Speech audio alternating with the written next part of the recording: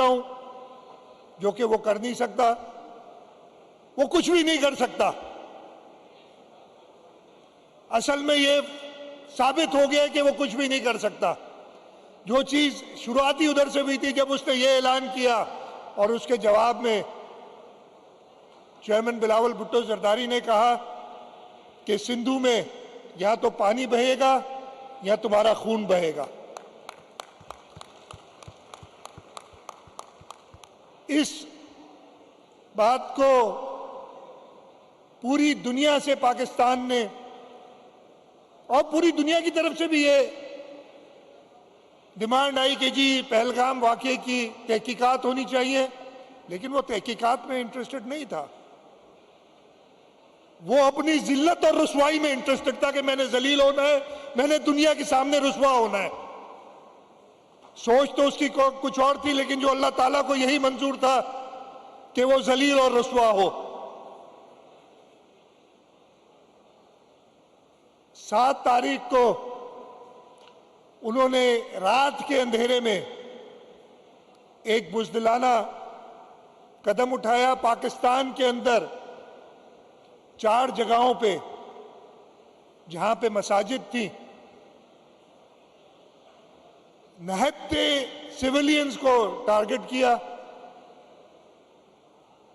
और निहत्ते पाकिस्तानियों को शहीद किया, लेकिन उसका जवाब उन्हें उसी दिन मिल गया। उसी दिन हमारी पाक फजाइया ने, जो कि समझते थे कि जी भारत वाले कि हमने अब ये दुनिया का सबसे अच्छा तैयारा, जंगी तैयारा ले लिया है, लेकिन वो तैयारे के पीछे एक इंसान होता है चलाने के लिए, वो उनके पास नहीं था। और हमारे पायलट्स ने, हमारी एयरफोर्स ने, जो हमारे पास चीन की मदद से तैयारे हमने लिए थे उनसे, जो कि वो समझते हैं कि जो उनका राफेल था उससे बहुत ही कम स्टैंडर्ड के थे, उनसे उसी दिन 3 राफेल गिराए। एक उनका मिग 29 गालबन गिराया और एक SU-30। उसी दिन उन्हें समझ जाना चाहिए था कि ये जंग वंग उनकी बस की बात नहीं है। ये पूरी कौम अपनी फौज के पीछे खड़ी है और किसी भी तरीके से वो पाकिस्तान के ऊपर थोड़ा सा भी पाकिस्तान को नुकसान नहीं पहुंचा सकते। वो बाज ना आए। फिर हमने देखा अगले कुछ दिनों में, पता नहीं, एक और इजरायली टेक्नोलॉजी के ड्रोन्स फेंकते रहे हमारी तरफ और वो गिरते रहे। हाँ, उन्होंने कुछ नुकसान किया। हमारे सिंध में इस जंग का, इस भारतीय जारियत का सबसे पहला शहीद मुख्तार लगारी, जिसके वालिद अभी आए थे। मैं, अगर ये कैमरा फोकस कर सकते हैं, उनके वालिद ने भी अपने बच्चे की तस्वीर दी है। ये सिंध के अंदर पहला शहीद था जिसको हिंदुस्तान ने, भारत ने अपनी जारियत से शहीद किया। ये उसकी शहीद होने वाली तस्वीर है। और जो आपके सामने उनके बहादुर वालिद आए थे,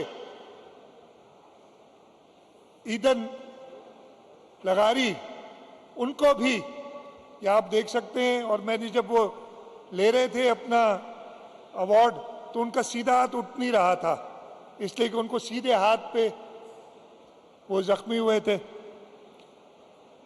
7 तारीख को ये होता है। उसके बाद सबसे मज़ेदार, मेरे हिसाब में मज़ेदार ही था इन हाइंडसाइट, बल्कि उस वक्त भी मैं इस तरह था, 8 और 9 तारीख की रात मैं घर पे था, इधर सब खैरियत थी, कुछ ऐसा मसला नहीं था। तो मेरे एक वजीर का मुझे फ़ोन आया कि भाई ये तो हालात ख़राब हो गए हैं बहुत। मैंने कहा पता नहीं क्या हुआ है। कहते भाई मैं कभी नहीं देखता कि हिंदुस्तान के टीवी चैनल्स देखो। मैंने फिर वो अपना एक यूट्यूब के जरिए लगाया एक चैनल, और एक ज़माने में मुझे थोड़ी सी उन्होंने लाइट अवे हंसी भी आ रही है। एक ज़माने में कुछ पाकिस्तानी एंकर थे जो बातें करते थे, तो मैं कहता था कि ये कार्टून नेटवर्क चलाते लोगों को हंसाने के लिए। तो उनके वो जो एंकर थे वो कोई कार्टून नेटवर्क चला रहे थे। मतलब मैं कराची में बैठा हूं, पता चला कराची की बंदरगाह तबाह हो गई। अच्छा, इधर चीफ सेक्रेटरी साहब बैठे हैं, तो तकरीबन रात को 11 बजे के करीब मैंने इन्हें फ़ोन किया, भाई ये पता करो, मैंने सुना है कि लाहौर ये टीवी चैनल बता रहे हैं इनके हिंदुस्तान के इंडिया के कि लाहौर और सियालकोट बस ख़त्म हो गया। इन्होंने बात की दोनों कमिश्नर से, कहा इधर तो कुछ भी नहीं है। और तब हमें पता चल गया कि इनमें कोई दमशम नहीं है। ये जो मीडिया के थ्रू अपनी लोगों को गुमराह कर रहे थे, इसलिए कि वो उसके बाद पूरे भारत के लोग जो थे वो समझे कि शायद पाकिस्तान खत्म हो गया। अगले दिन हम वैसे ही चल रहे थे, और फिर अगले दिन जो फिर उन्होंने माफिया मांगनी शुरू की। चले वो 9 तारीख सारी खामोशी से गुजर गई। 10 तारीख को फिर फजर के वक्त इन्होंने हमला किया। वो 10 मई जो थी, हाँ, एक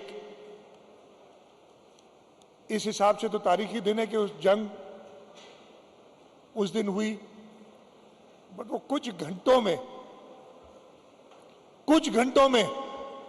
उन्होंने हाँ 2-3 फेंके अपने मिसाइल, उन्होंने हर्ट भी किया, हमारे लोग भी शहीद हुए, उनका जिक्र भी करूंगा। लेकिन जो रिस्पांस था हमारी आर्म फोर्सेस का, चाहे वो पाकिस्तान आर्मी हो बॉर्डर्स पे, जिन्होंने उनकी बॉर्डर पोस्ट को तबाह किया, उनकी ब्रिगेड्स को तबाह किया, ब्रिगेड हेडक्वार्टर्स को तबाह किया, या उनके फतह 1 और फतह 2 मिसाइल हो, जिन्होंने हिंदुस्तान की गालिबन 6 या 7 एयरफील्ड्स को मुकम्मल तौर पे नाकारा बना दिया, या हमारी एयरफोर्स के वो JF-17 थंडर हो जो कि उधर घुस के उनका जो एयर डिफेंस सिस्टम था जिसपे उनको नाज था, उसको तबाह कर दिया। चंद घंटों बाद आपने उन्हीं टीवी चैनल्स पे, वो टीवी चैनल्स को तो फिर मैंने देखना छोड़ दिया था, वो जो इंटरनेशनल चैनल्स थे उस पे उनकी जो मिलिट्री की स्पोक्स पर्सन थी, उन्होंने आके कहा कि जी अगर पाकिस्तान, हम बस करते हैं, ये दरखास्त करते हैं कि पाकिस्तान भी अब बस करे। कुछ घंटों में ये काम हो गया सारा। और उसके बाद आप सबने देखा अमेरिका के सदर, मतलब ये तो उनके साथ, उसके बाद मैंने देखा तो उनका एक जो, अगेन मैं देखता नहीं हूं लेकिन वो सोशल मीडिया पे आ जाते हैं, बड़ा नाराज हो रहे हैं। उनके अपने एंकर्स और उनके अपने लोग नाराज हो रहे हैं कि भाई नरेंद्र, तुमने सरेंडर करना था अगर, तो ऐलान ट्रंप से क्यों करवाया। मतलब ये आप देखें, जो अपने आप को समझते हैं कि हम बड़ी ताकत बनने जा रहे हैं, उनकी भागदौड़ भी वो ट्रंप के हाथ में है। ट्रंप ने आंखें दिखाई, लेकिन ट्रंप की आंखें तब काम आई जब हिंदुस्तान को, भारत को पाकिस्तान की अफवाज ने दिन में तारे दिखा दिए। हमने दिन में हमले किए, फजर पे शुरू हुआ और हमारा ऑपरेशन बुनियानुम मरसूस असर से पहले पहले खत्म हो गया। पूरी 5 नमाजें भी उनको, हमारी कौम की 4 नमाजों ने भारत को घुटने टेकने पे मजबूर कर दिया। तो ये कामयाबी सबसे पहले तो, with all the humility that I have in myself, I bow myself down to Almighty Allah कि उन्होंने ये कामयाबी हमारी कौम को, हमारे मुल्क को नसीब की। उसके बाद इस कौम के लोग, चाहे किसी भी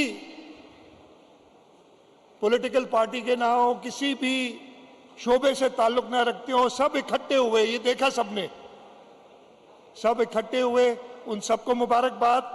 और हमारे फ्रंट लाइन पे हमारी पाकिस्तान आर्मी, पाकिस्तान एयरफोर्स और पाकिस्तान नेवी। वो एक रात पहले ये भी चल रहा था कि जी बंदरगाह को तबाह कर दिया गया है। तब मैंने फिर नेवल अथॉरिटीज से बात की और फिर वो मीडिया पे ये चला कि जी उनका पता नहीं कौन सा जहाज है या बेड़ा है या क्या है, वो 400 नॉटिकल माइल्स दूर चला गया है। उसी रात को उन्होंने हमें बताया कि ये तो पिछले एक हफ्ते से उधर आवारागर्दी कर रहा है इनका जहाज, और ये हमारी नजर पे है। ये जहाज जो उनका है, उनका नेवी का जो एक सर्वेलेंस सिस्टम है, पी समथिंग वटेवर उसका नाम है वो, और उनका एक जंगी जहाज, कहते वो हमारी टारगेट में है, जरा जरा चू चरा करेगा।